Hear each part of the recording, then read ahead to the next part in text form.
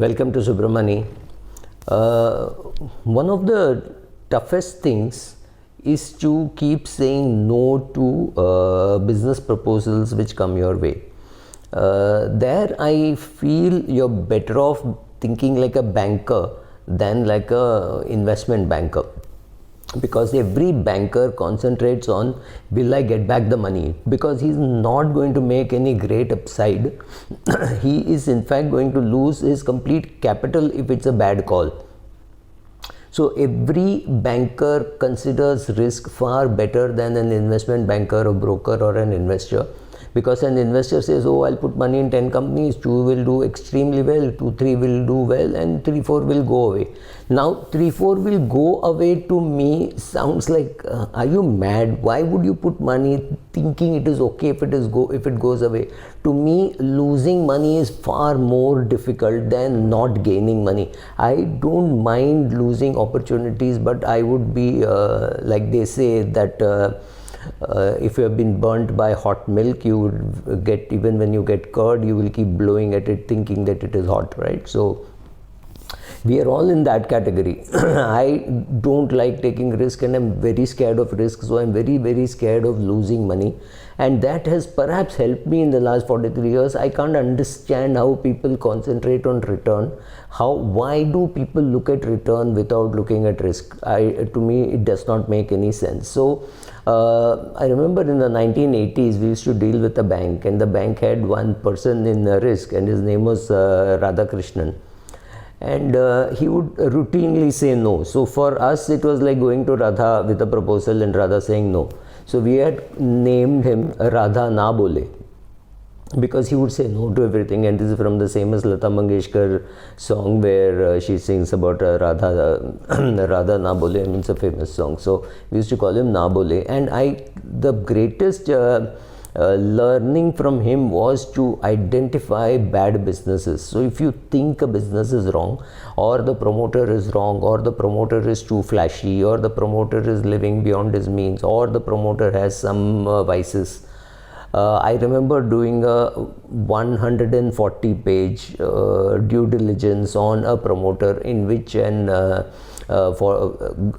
investor based in Singapore had to invest 140 pages, including with whom is he roaming around, with whom is he sleeping, and everything, how much of detailing that they wanted.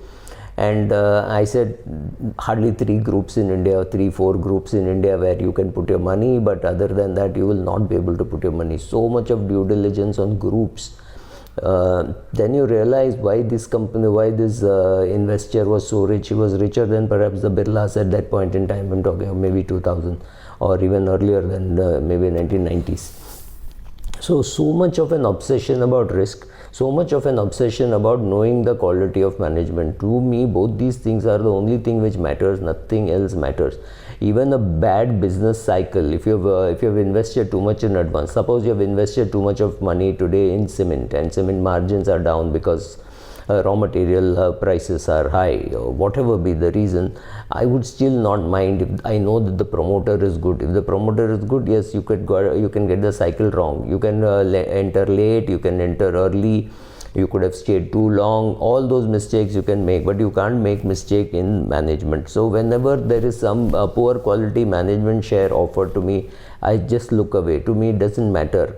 To me, I am very worried about another thing. I am worried about, say, in 1986, I invested in Murugappa Group, maybe in Sundaram Group, and I made money, right? So far, so good. 14 plus 22 years, so 36 years.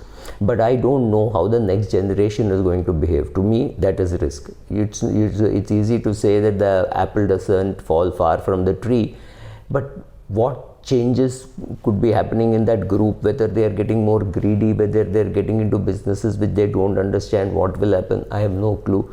Both these groups have stuck to the old traditional businesses, so there is nobody telling them, oh, you're too old, you don't understand technology. I don't know. I'm sure the younger people understand technology, but older people perhaps understand risk. And to me, understanding risk is far more important than calculating return. To me, I could never invest in a company which is making cash losses, saying, hoping one day it will make money in the future. For me, that was very difficult to accept. So it took me a long time. When Bharti was available at 80 rupees, I thought, oh my God, should I be investing? And I said, oh, I missed it at 30. So somebody said, no, but it's okay. At 300, you will say I missed it at 80. So to me, investing in Bharti, I don't think Bharti was paying dividends at that stage. And one of those people who still believe in the P/D ratio, that is the price to dividend ratio, far more important than the price to earning ratio. But the thing is, sometimes what you have learned in the past, you have to give away, right? So if you think, oh, PE about 20 is not going to happen, well, PE can remain about 20 for 20 years of your life. So what do you do then? What do you do? Companies always have to make cash profits and pay dividends before you can invest? Well, airlines like Indigo have established market share, but they don't have profit. So would you have invested? I bought it at 900 rupees. That was again deviation for me, right? So I would be more scared. And you've heard things like better scared than sorry.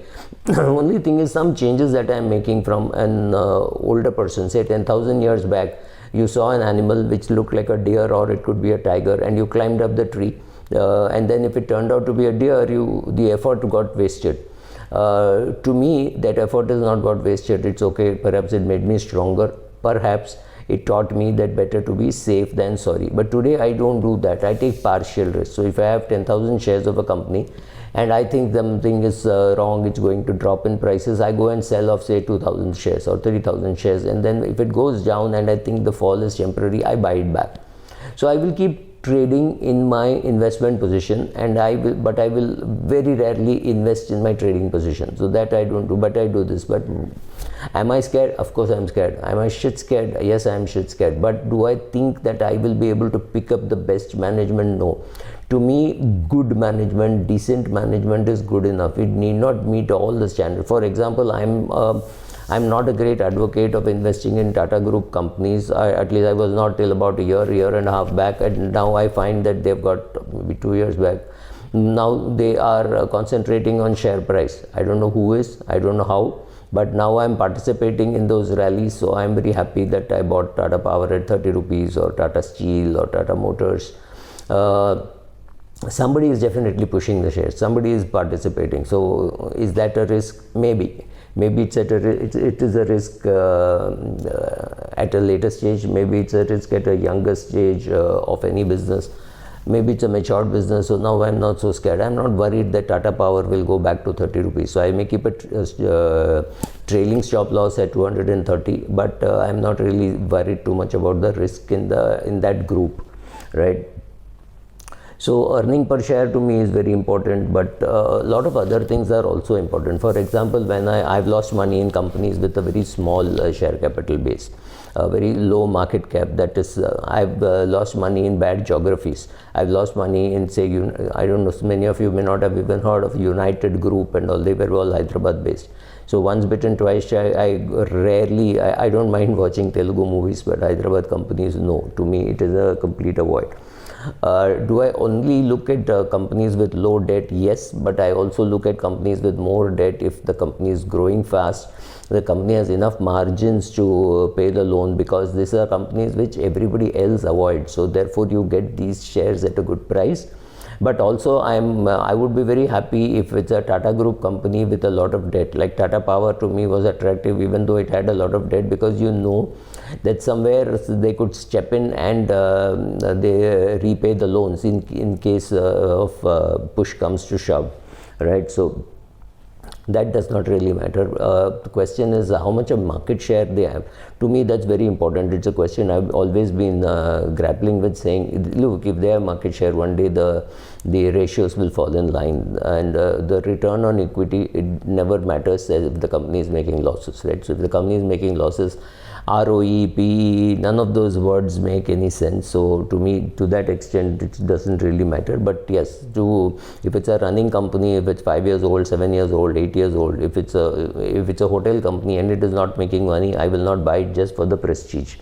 I look for companies on page 3. To me, it's very important that it should not be on page 3. ADAG Group is one such group which I didn't like.